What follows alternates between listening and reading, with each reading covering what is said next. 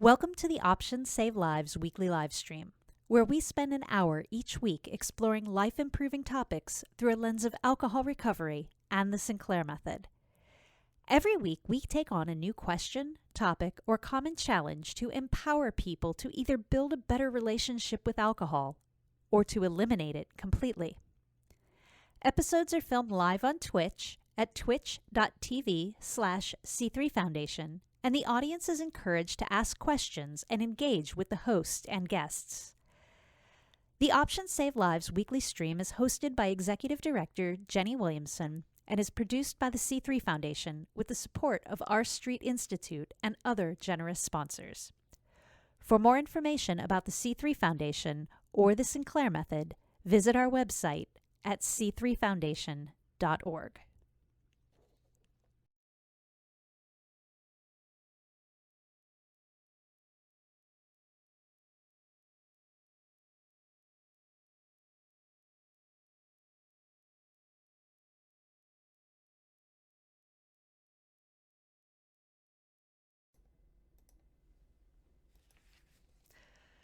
Hello, everyone.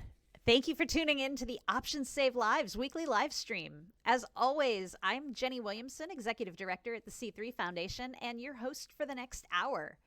How is everybody today? We are broadcasting live from the C3 Foundation office here in Fort Myers, Florida. We'd love to know where you guys are watching from, and if you are a first-timer to the stream, welcome, and let us know in the chat.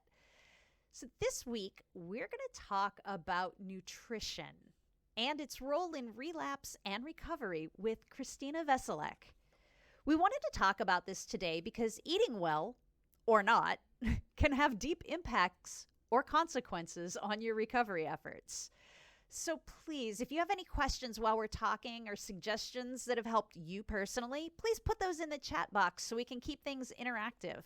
But before we jump in, let me properly introduce our guest for today. Christina Veselak is the founder and director of the Academy for Addiction and Mental Health Nutrition, which teaches practitioners around the world how to use diet, along with amino acid and nutrient therapy, to help prevent cravings and recurrent use by restoring neurotransmitter function and keeping blood sugar in balance. She has been a licensed psychotherapist working in the substance use disorder treatment field since 1985 and a certified nutritionist specializing in mental health and addiction recovery since 1993.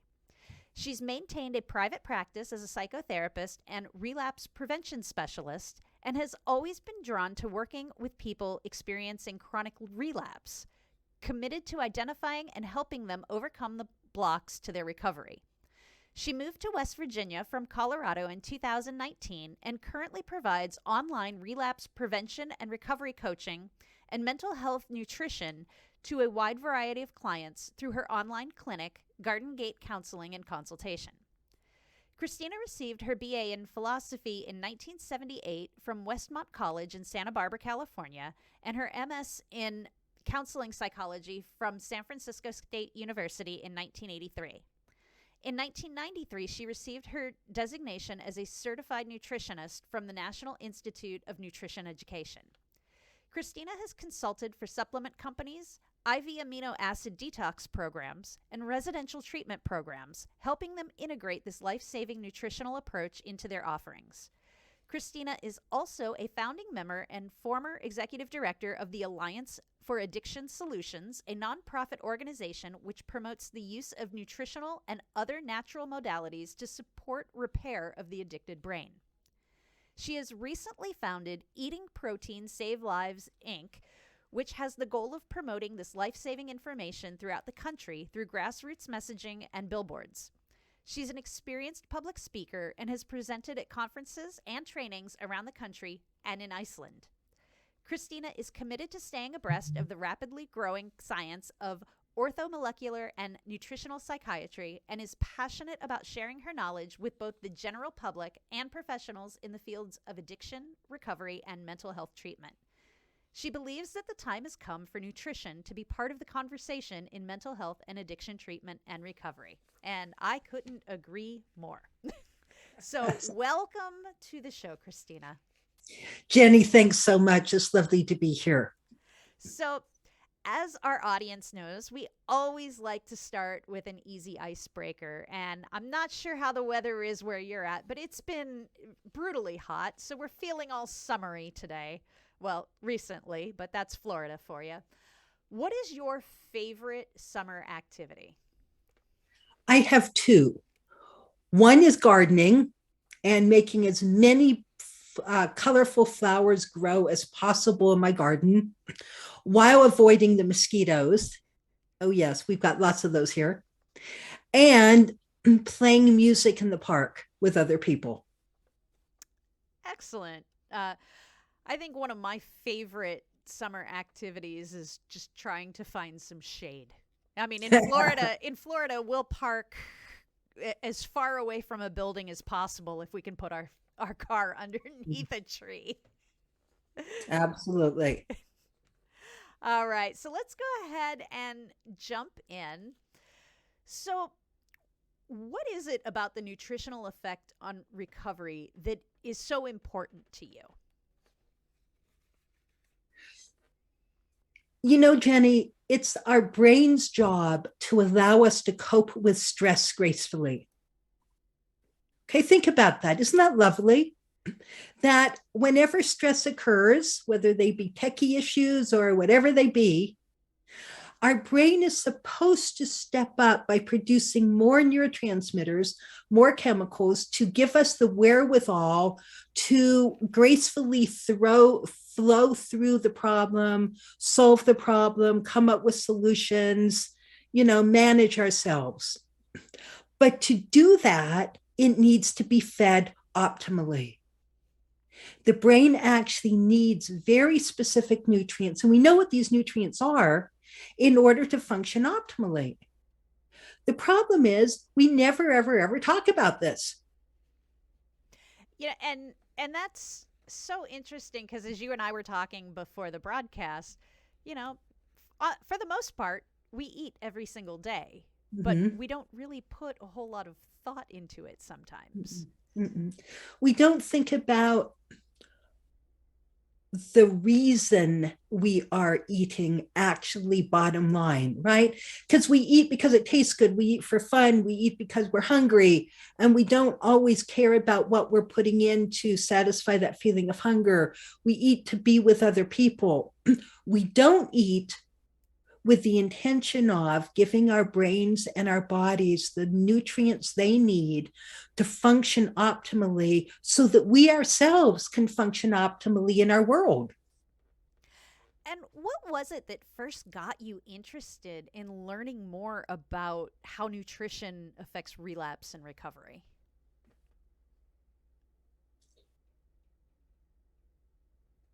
There's so many answers to that question, but the bottom line is just seeing in my clients as well as in myself how the ones that cared about what they ate well consistently, did so much better in therapy and in treatment than the ones that didn't. I began asking the question quite early on, when was the last time you ate protein prior to your craving or prior to your slip or even prior to your domestic violence episode? And amazingly, the answer started being really consistent, Jenny. Not 100%, but way up there, is that people had missed at least one, if not two or three, protein meals prior to whatever the incident was. And this was mind blowing to me because, and to them as well, I remember one client, I was working in her third treatment program, which was an IV amino acid detox program. She'd been to two previous programs. She was going to three meetings a day. She couldn't stay sober. She was in tears telling me about how a couple of weeks earlier she had gone to a Wayne Dyer lecture and, motivational speaker, and he was talking about recovery. And she had this spiritual awakening in the middle of the lecture and committed to every fiber in her being to sobriety. And within 3 hours, she was drunk. Okay. And she's telling me this in tears because to her, it meant she couldn't trust herself. To her, it meant that nothing ever made sense. And so I said, well, when was the last time you ate protein prior to going out and getting drunk? And she said, well, I had breakfast, but I missed lunch. I said, did you have an afternoon snack? No. Well, what about dinner? She said, well, I was running really late. And so my husband picked me up from work and we dashed off to the concert. And I was going to eat after the concert. But by that point, the addicted part of her brain had stepped up. The craving was in full force. And I'll explain this process in a few minutes. And she no longer had choice. It didn't matter the spiritual awakening. It didn't matter her commitment to sobriety. When we've missed one or more meals, our prefrontal cortex, our executive functioning, our recovery skills, they all go offline. We don't have access to them anymore. So it didn't matter. It didn't exist anymore. All that existed for her was the craving. And when I connected the dots for her, all of a sudden her tears changed to tears of joy because now it made sense. Now she wasn't a bad, weak, strange person anymore. She just had a hungry brain. And she knew what to do about a hungry brain. But before this conversation, eating hadn't mattered to her. She would just eat here, there, whatever, It was very haphazard. And therefore, she was plagued by cravings because she had a starving brain. And one of the suggestions that we always give people, especially since the Sinclair method involves taking medication and then drinking, we usually tell people to always eat on a full stomach anyway, never drink on an empty stomach. But now we've been doing it for two very different reasons than what you're talking about. We usually do it because a full stomach is going to slow down the distribution of alcohol into the bloodstream. And also, if you have food in your stomach, it's going to help mitigate side effects from medication. But you're speaking of this as a third really great reason. So talk a little bit more about how that protein and how that meal and the nutrients in your system help to that decision-making process once a person has started drinking. Well, I don't know so much about once the person starts drinking, but when they are making the decision as to whether or not to drink, and to drink, in a non-scheduled way, this is where it really, really comes into play. Because what we have found is, blood sugar is supposed to remain more or less stable during the day. And some people have normal blood sugar regulation. So even if you eat a, higher carb meal or you go a little longer without food, your body can kick in and cope and everything's fine. But the research that we've done so far shows that people who have issues with alcohol or other substances are at very high risk for something called reactive hypoglycemia.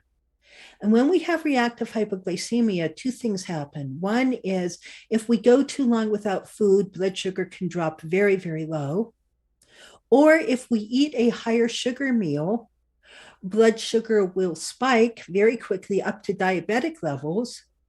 It's actually considered a pre-diabetic condition, and then plummet to very, very low levels. Well, the brain doesn't like anything either going too high or too low, right?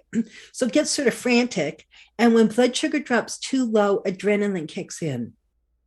Now, two things happen in the prefrontal cortex. So the prefrontal cortex of the brain is where our executive functioning is, okay, where we think, we plan, we think through consequences, we make promises and hold to our promises, like this lady who'd promised to never ever drink again, right? All of that's here in this prefrontal cortex. This is where we operate, utilize willpower.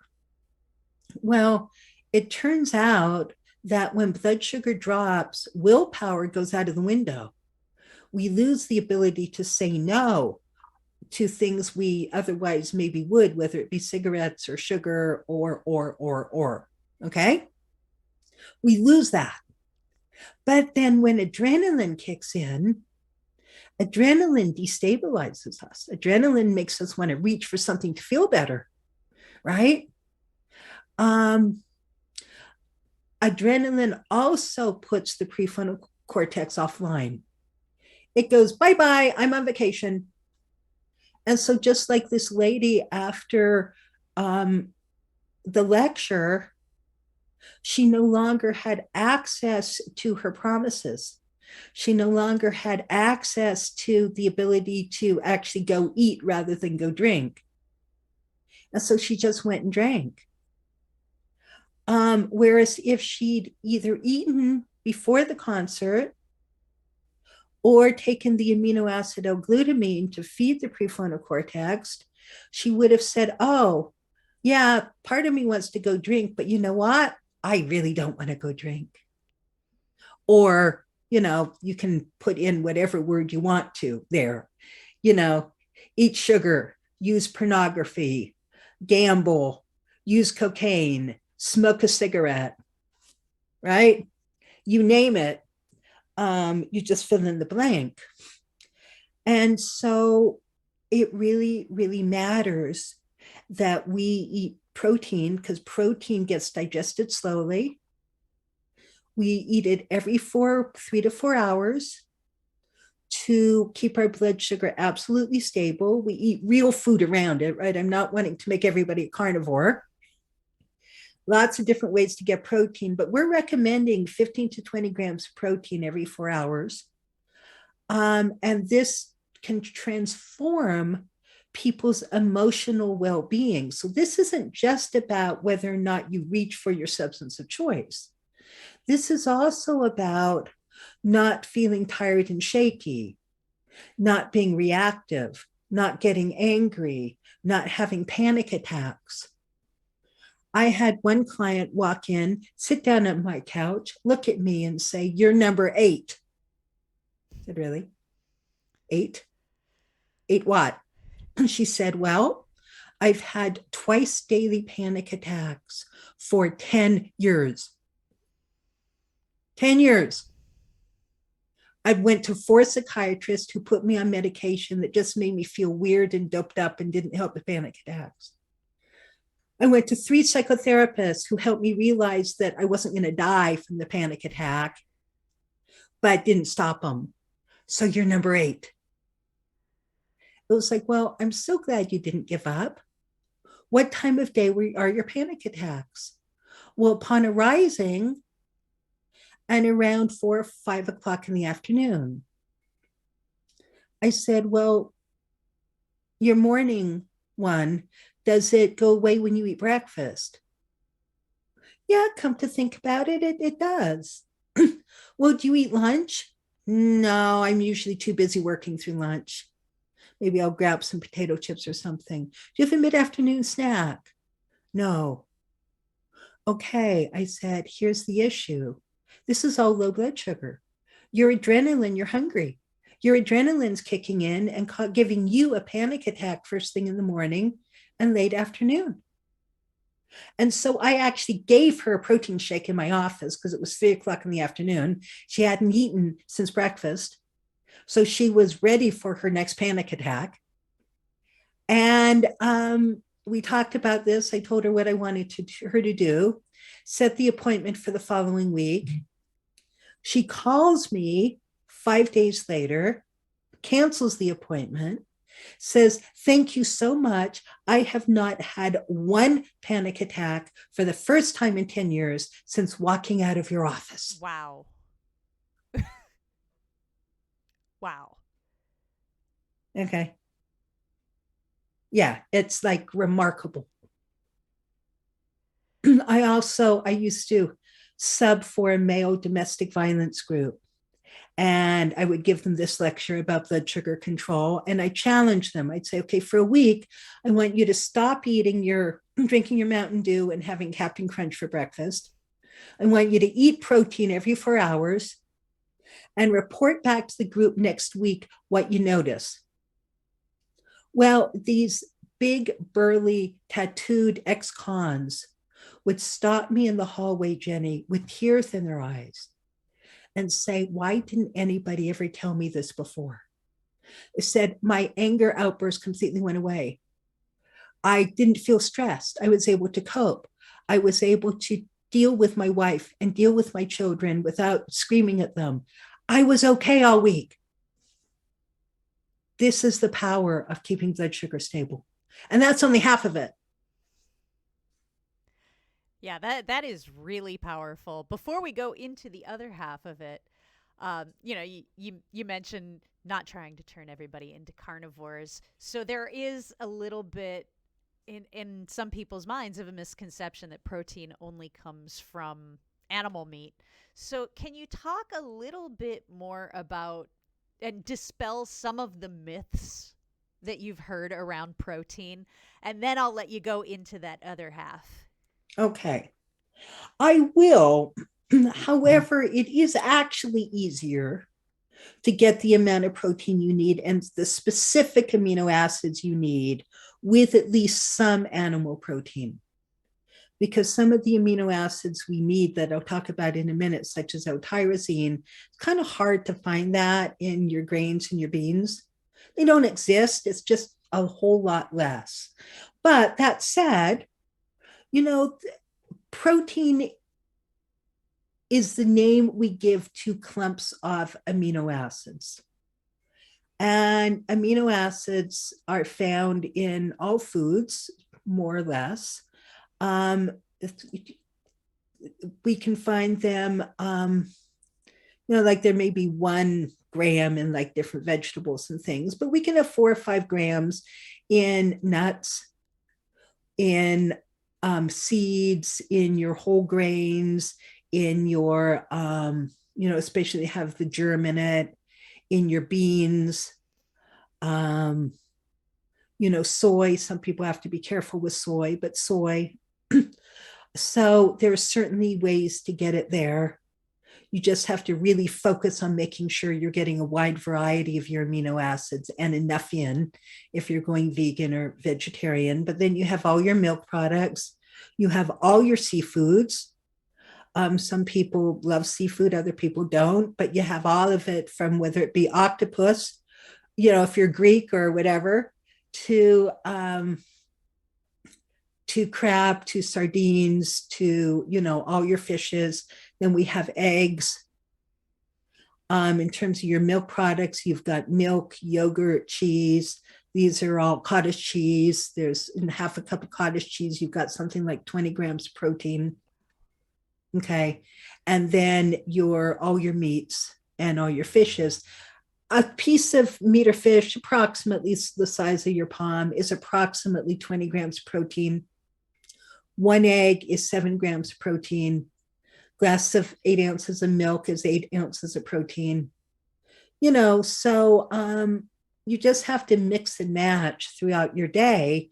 As I said, we recommend 15 to 20 grams every 4 hours. Now, if you are premenstrual, what a lot of people don't realize, Jenny, is that women, when we relapse premenstrually. Now, when we get arrested, we also tend to get arrested premenstrually. That's another story. Okay, but we have more cravings and more emotional discomfort premenstrually, right? We all know this. And it translates. I had one client who had gone to a couple of different treatment programs, could not stop drinking, was sent to me. And, her eating was way off. So we got her eating in order. We got her on the amino acids, which I'll talk about in a minute. And she was doing great, except it turned out she was still periodically getting drunk.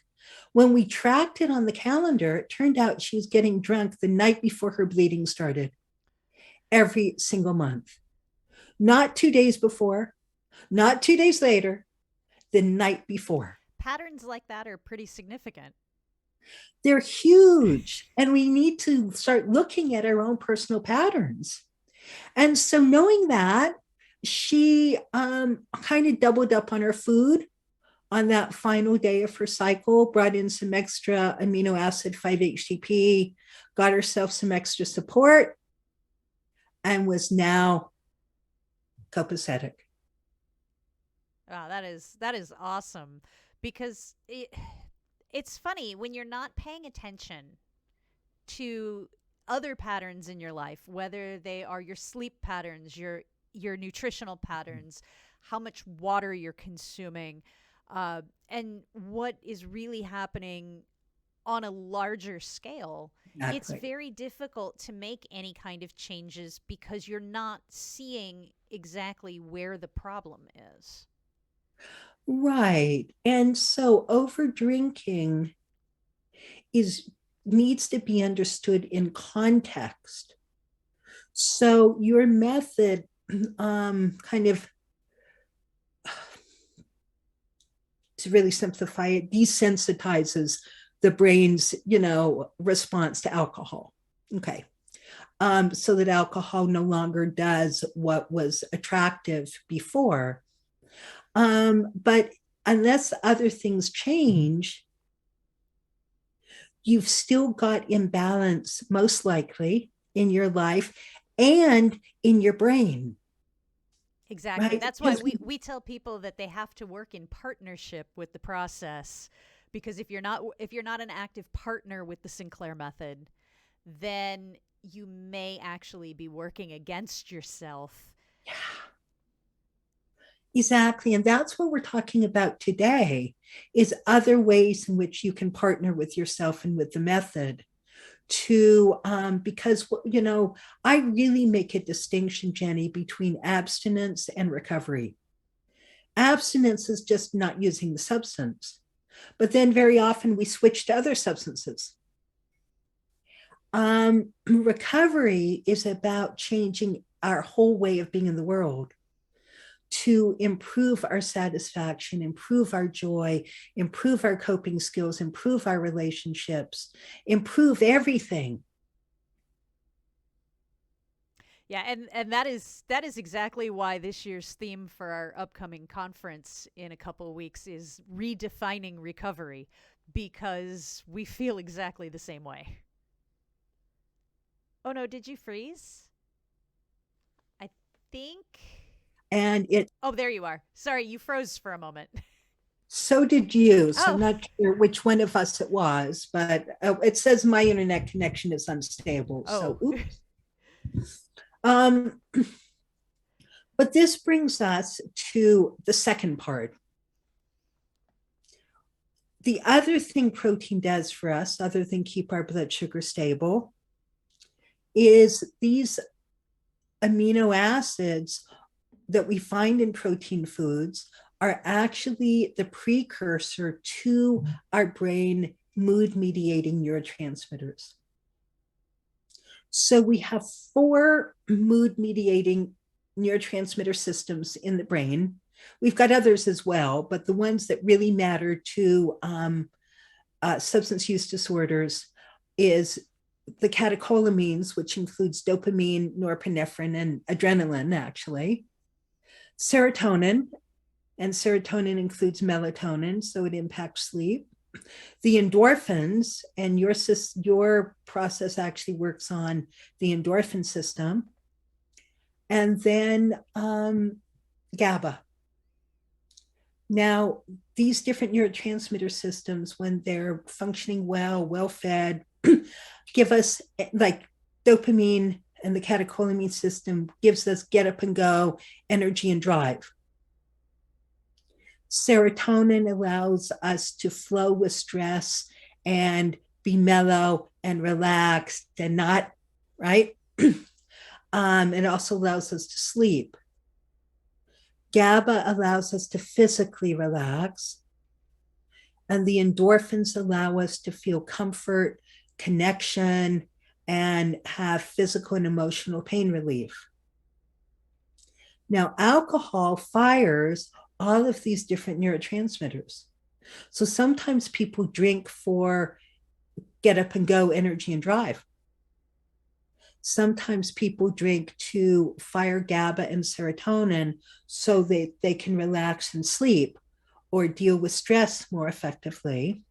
And sometimes people drink to fire the endorphins and feel comfort.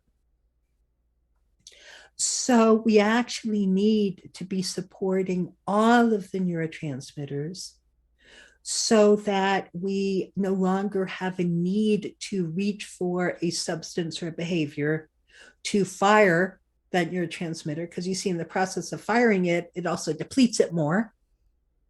Right? This is where the stages of addiction come in and increased tolerance, where at first you only need a little bit, but then you need more and you need more and you need more until it's taken over your whole entire life.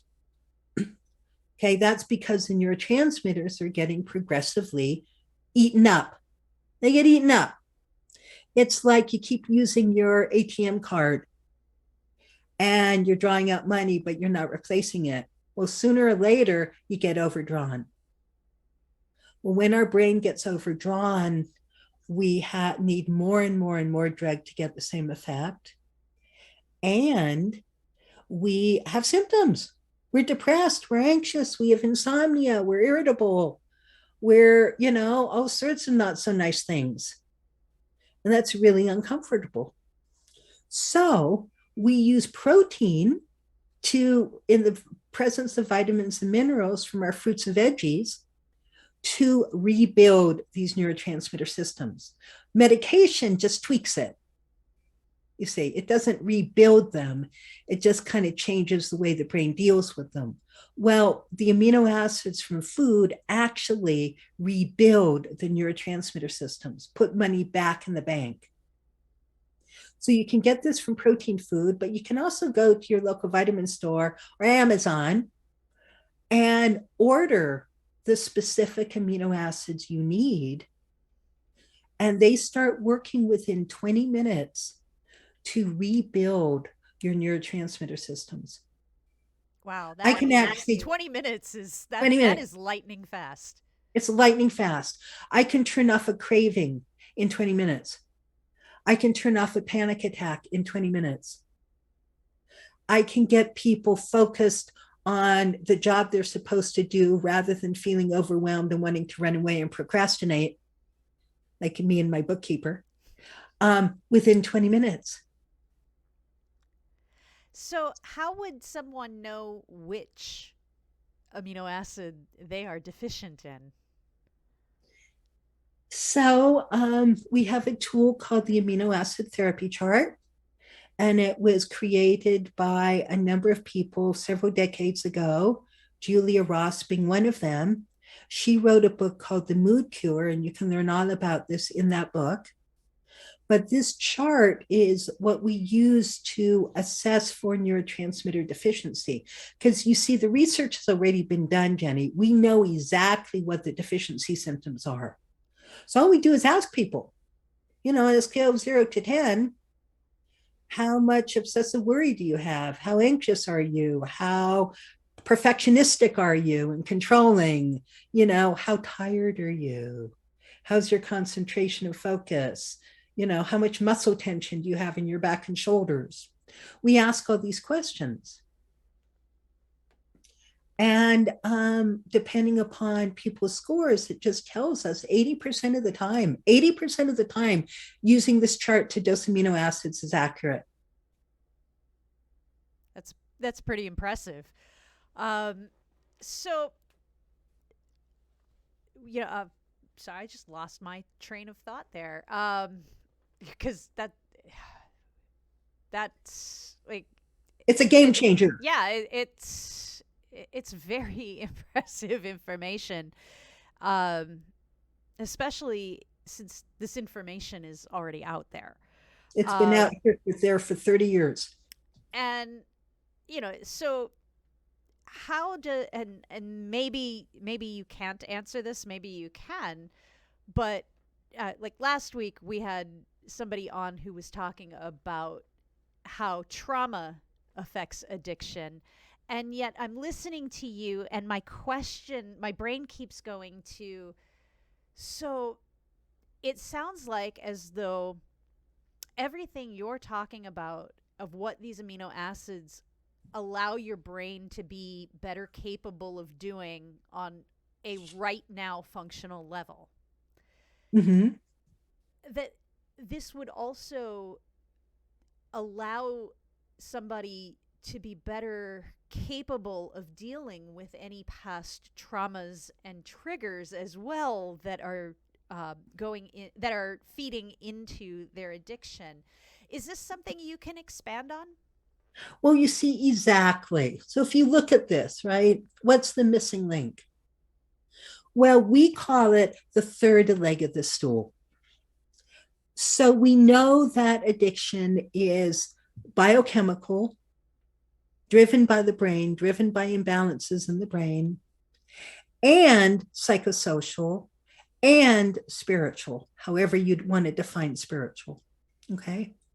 But traditional treatment tends to ignore the brain. Now, you guys don't, but you still have a very sort of limited approach to the brain.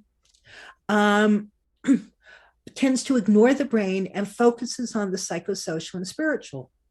Well, that's wonderful. They need to be focused on. Trauma certainly matters. Lack of community certainly matters. People need to be working on their trauma, calming down their nervous system, getting connected, have community, reducing shame, building life skills, getting a deeper sense of purpose, letting go of sort of having to control everything in your life. These are all crucial to recovery. However, none of that can happen if your brain's offline. This is the control center. This is where we access skills, where we learn skills, where we have our cognitions, where we are able to sleep or, get to meetings or get to therapy or, right? It's all mediated through up here. So if this is starving and offline, we have a much harder time doing the other work of recovery because our brain is what allows us to do it. And if it's gone on vacation or is in bed because it's too hungry, we can't do the doing of the rest of recovery. And we actually have more than just a handful of the Sinclair method providers that are listed on our website actually do combine nutritional information and fish oil and other nutrients. Yes. Alongside the Sinclair method, which is one of the things that I love about the Sinclair method is, yes, it's narrow in its individual scope, but it is so easily integrated with all of the other pieces, which is one of the things that enthuses me about it personally. It looks like you are frozen again for a moment. I'm not sure if you can hear me here. Okay, but you're back. Physically are frozen. Okay. Okay, you're back. So we have a dedicated peer group that is specifically for people who are supporting loved ones on the Sinclair method. And one of the most common questions we get is how they can be better supporters. So can you talk a little bit about how support system people, spouses, girlfriends, boyfriends, parents, can help their loved ones by using something so simple as meal planning and a concentration on nutrition? Yes. So the very first thing I want to say to all family members is take care of yourself first. Like the well-worn saying about the stewardess who says, put the gas mask on you first. So that because empty wells cannot nurture anybody. And so this means first taking care of your own nutrition, feeding yourself so you're functioning optimally, taking the amino acids you need to deal with your stress, because then you're going to be so much more effective in helping your family members. And then making sure that if you're the one who does the cooking or the shopping, that the right food is in the house, that it's easily available, that the veggies are there all cut up and ready to eat, that there are high protein snacks easily available, that there's protein for breakfast, lunch, and dinner, that there's always something available. And then if you start getting worried about somebody's behavior, feed them first. Feed them first. Here, have a mozzarella cheese stick, have a hard boiled egg, have a whatever. And you'll notice that life gets so much more calm and easy when everybody's brains are well fed. And honestly, for the audience out there, you hear Claudia and I say this a lot. Self-care is important. Self-care is critical. And this real nutrition really falls under self-care. Like squarely under self-care. Well, it really does, Jenny. And here's where the other two legs of the stool come in. The psychosocial and spiritual, because so many of us have been taught to put ourselves last. So many of us have issues around feeding ourselves or around eating because of family trauma around food or bad messages around food growing up. But feeding ourselves appropriately is the primary self-care thing we can do. But sometimes we need some support around getting over those humps. There can be emotional blocks in the way. There can be spiritual blocks in the way. Oh, I'm not supposed to take care of myself first. I'm supposed to take care of everybody else first.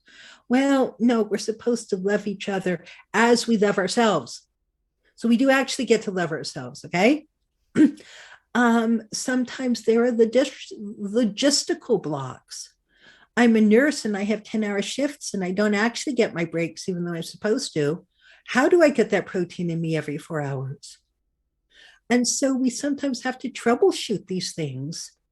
But by making it a priority, as you said right at the beginning of the conversation, making food, eating properly and an intentional act, then step by step, we can identify and overcome the barriers. And to be intentional, you have to employ a little bit of strategy. So, what are some good strategic things that a person can do to make sure that they're eating properly?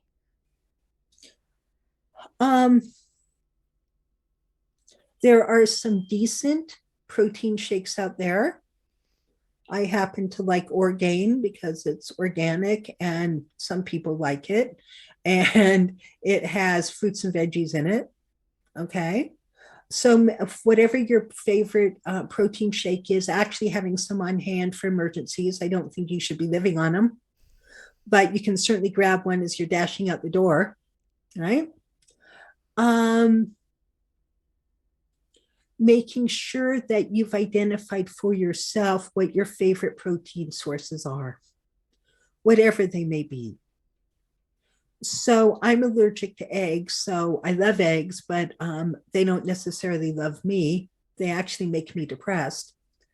So I can't depend on eggs. Other people can depend on eggs. So having hard-boiled eggs, having scrambled eggs for breakfast in the morning, those sorts of things are very easy. Eggs are very portable. Egg salad is very portable. Tuna salad is very portable. People who can tolerate milk, having mozzarella cheese sticks or sliced cheese, pre-made, pre-sliced in the refrigerator. Buying the little bags of already cut up celery and carrots. Having unsweetened peanut butter so that you can dip your celery and carrots into your unsweetened peanut butter. I love baby shrimp, keeping them in the freezer. I'm also one of these odd people that like smoked oysters. So I have a couple of cans of smoked oysters. All I need to do is dump it on a bed of lettuce and have some whole, I have to be gluten-free, some gluten-free crackers. And I have a high protein, good for me, lunch or snack. I've been known to have that for breakfast too. Um, we had sort of ground beef patties last night for dinner. And I left half of mine over. And so I had half of the patty for breakfast with a few other things. So, but that was my protein source. It was probably about 15 grams of protein there. So leftover dinner. Just making sure that it's there and that it's easy. Whatever for you is easy. Yeah, I mean, I know I like to, I love to throw pine nuts and pumpkin seeds onto a salad just because, and try to keep a kind bar. And they now have the protein kind bars. I try to keep one of those in my desk drawer at all times. Exactly. Making sure it's high protein. But putting hemp seeds on everything, if you're more on the vegan side of things, increases your protein intake as well. Having a good protein powder that you can mix in things. A lot of people like oatmeal for breakfast. We'll put a scoop of protein powder. You usually can't taste it in your oatmeal in the morning, right? That increases its protein content.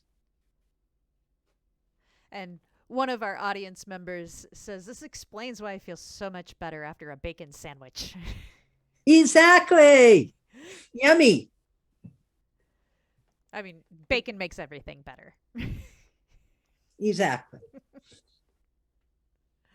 So, I know we've discussed this, but if you had to narrow it down, because we've got probably about 7 or 8 minutes left, what are the top benefits that people get from making the effort to focus more on their nutrition and making sure it's balanced and making sure they're getting enough protein into their diet? More stable mood, more energy, more ability to focus and concentrate and get things done, generally feeling better, sleeping better. So, what a lot of people will wake up in the middle of the night, like wide awake, maybe even shaking or sweating, or, like when they wake up, this is due to adrenaline from low blood sugar. Or they may not wake up quite so abruptly, but they wake up and then they can't get back to sleep exactly. They're sort of tossing, they're turning, and they're restless. This is low blood sugar. So either having a before bed snack, there's some other nutrients you can take to kind of support blood sugar regulation. That's it. That's another talk. Or eating something when you wake up in the middle of the night. For some people, this is counterintuitive, but it helps so many people get back to sleep and stay asleep. A small banana. I will have a small banana or half a banana with a handful of walnuts. Sometimes I'm not using milk products right now, but when I would have a plain yogurt with some unsweetened applesauce by my bed. So if I needed it in the middle of the night, it would be right there for me. Some people, if they eat early and go to bed late, have trouble getting to sleep because blood sugar has dropped and adrenaline has kicked in. So keeping blood sugar stable this way also helps with sleep. Getting the protein into your brain with the vitamins and minerals, having these neurotransmitters be happy means that you're happy. You're able to flow with stress more effectively. And the wonderful thing about amino acids is that you can take them in a protocol to rebuild your neurotransmitter systems, like.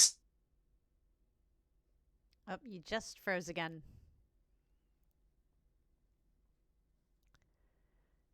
All right, we'll give Christina a moment to unfreeze and come back. Scheduling, putting money in your bank. Oh, you froze again after after rebuilding your transmitter systems?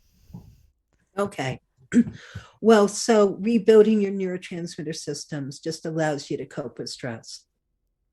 And you can use amino acids in the moment because they work within 20 minutes. So you can take them as a protocol scheduled, but you can also take them as needed. So right before getting on with you this morning, Jenny, I was feeling tired. I'm recovering from COVID, so my stamina is still a little low. And so I took some tyrosine to support my dopamine so that I would be clear and my brain would be working right for you and your audience. And it made a difference. I felt it. I felt my brain. You couldn't do that for the connection, for the internet connection. I'm so sorry. We're in the middle of a rainstorm right now in the boonies of West Virginia, and that does unfortunately impact my connection. Yeah. Yeah, I had to deal with that a few years ago down here before we upgraded and got on a plug it directly into the computer type of system. Oh, I am plugged directly into the computer. I am wired. Ah. You know, sometimes it goes beyond that. Yeah. So I mean, this has really been fascinating to me anyway. I'd love to hear from audience. I know you're out there. I can see you. I can look in. I can see there are a bunch of you in the chat, along with almost just as many that are watching from other directions, not in the chat. I would love to hear from you guys. Any questions you guys have. We still have 2 or 3 more minutes. Any questions, please put those into the chat box and join in on the conversation. I mean, because as you were talking, I was like, yeah, I personally have one of those issues where it's like, yeah, usually between 3:30 and 4:30 every morning, I am wide awake. Yeah. So try eating and report back to your, audience what changes for you. Yeah. By the way, Jenny, I also teach this to professionals and anybody else who wants to learn. I have an online program, and we're starting again in just a couple of days, where I make you experts at amino acid and nutrient therapy. Wow. Well, I will definitely, if you go ahead and send me that information, I'll include it on the website and put it up underneath the video under our resources. And I'm happy to put any resources up as well. So, because sleep is one of those things that, so many people have issues with sleep, especially at the beginning of recovery. Well, and that's because very specific neurotransmitters are depleted. So if GABA is low, we will have trouble sleeping because we can't physically relax into sleep. Our muscles are tight and we're restless, and right. And so taking some GABA can help us physically relax. Taking some theanine helps turn off adrenaline and cortisol if we've gotten activated right before bed, and it changes our brain waves so we can just go. I actually take theanine every night before bed to help me sleep more deeply. Some people have trouble sleeping because of low serotonin, and alcohol use dramatically depletes serotonin levels.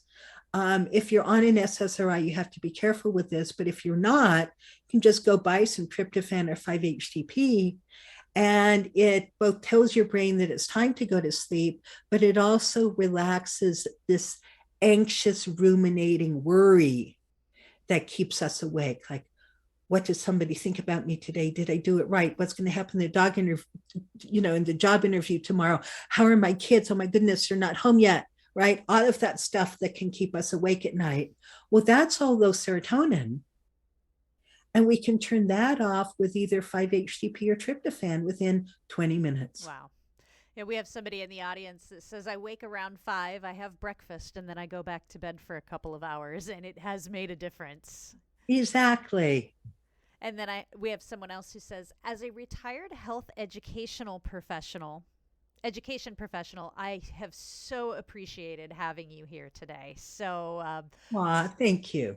So yes, our audience is finding you as this subject is fascinating. I mean, as soon as you and I talked on the phone about scheduling this, I was very enthusiastic about and excited about having you on the show.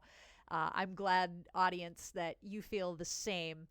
Because, again, as I said earlier, we eat every day, but how much thought do we really put into it? And being Exactly. intentional does make a difference. Whether that's, food planning, make list it out for the week, make it as easy. Like, I love having the easy snacks. Well, yeah, and by the way, Jenny, my website, eatingproteinsaveslives.org. Okay, eatingproteinsaveslives.org. If you donate anything to it, you get you get access to our resource library, which has lots of ideas about how to get the protein in you every 4 hours. And there's a lot more information on that site about everything I've talked about today. So Well, I will eating make sure protein that saves lives. that's listed on the resources as well. And we have another audience member who says, I often have a cheese snack before bed, and then I don't wake up in the middle of the night. Well, I guess I know Bingo. what I'm doing with the Baby Bells in my refrigerator. I'm going to have one of those tonight and see if it works. There you go. All right. Well, it looks like we are just about out of time. Audience, you guys have been wonderful as always. Thank you so much for spending the last hour with us. And I'd love to hear what advice you're taking from today. So go ahead and put that in the chat. And please join me in thanking our wonderful guest, Christina Veselak. Any last words for the audience before we end the show? More power to you. All right, audience, let's go ahead and fill that chat area with some gratitude. I hope you guys have really enjoyed this as much as I have.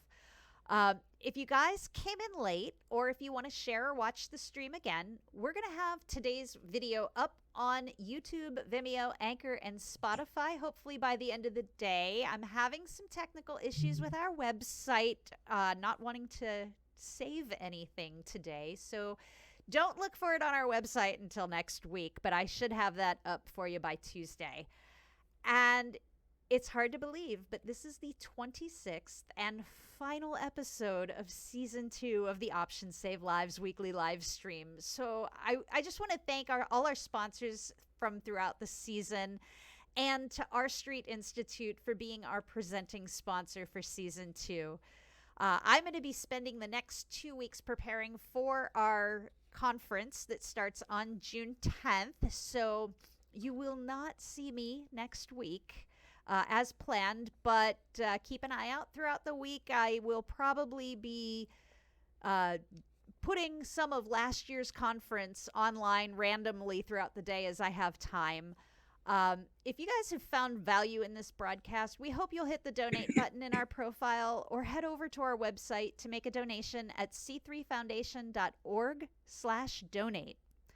You can also follow our channel to get broadcast alerts, subscribe to our channel to go ad-free and get some bonus emoji, and if you're an Amazon Prime member, you can subscribe for free.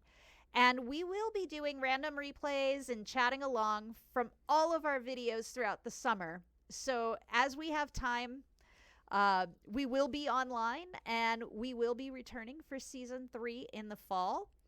If you'd like to suggest a guest or a topic for next season, we do have a Google link, a Google form that'll drop in the chat, and you can find the link on our main schedule page on the website.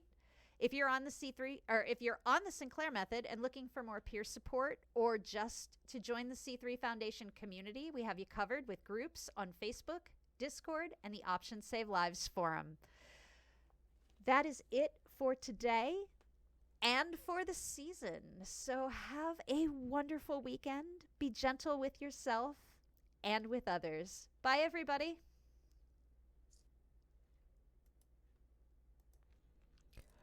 You've been watching the Options Save Lives weekly live stream, hosted by Executive Director Jenny Williamson and produced by the C3 Foundation with the support of R Street Institute and other generous supporters. For more information about the C3 Foundation or the Sinclair method, visit our website at c3foundation.org. If you have a question you want answered live on air, to make guest suggestions, or to support the show, let us know. You can reach us through our website, Twitter, Facebook, Instagram, or on Discord. Join us each week as we continue to discuss more ways to help you build a better relationship with alcohol, or to eliminate it completely. Because recovery from alcohol use disorder is not a one-size-fits-all process. Options are available, and options save lives.